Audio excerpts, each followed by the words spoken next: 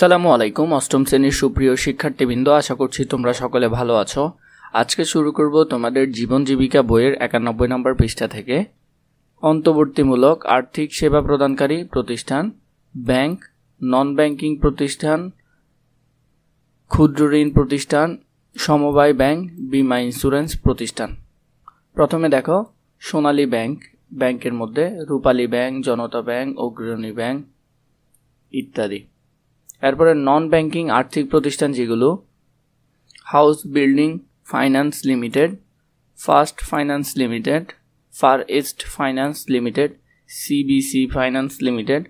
ক্ষুদ্র ঋণ প্রতিষ্ঠান পিকেএসএফ, উন্নয়ন কেন্দ্র, এইচইডি, সিডিআইপি ইত্যাদি। সমবায় ব্যাংক, বাংলাদেশ সমবায় ব্যাংক, প্রগতি বহুমুখী সমবায় সমিতি লিমিটেড, বাংলাদেশ জাতীয় সমবায় শিল্প সমিতি limited, Bangladesh cooperative marketing society limited ইত্যাদি। বীমা ইন্স্যুরেন্স প্রতিষ্ঠান Sadharan Bima corporation, Rupali life insurance, Jiban Bima corporation, Jamuna life insurance limited ইত্যাদি।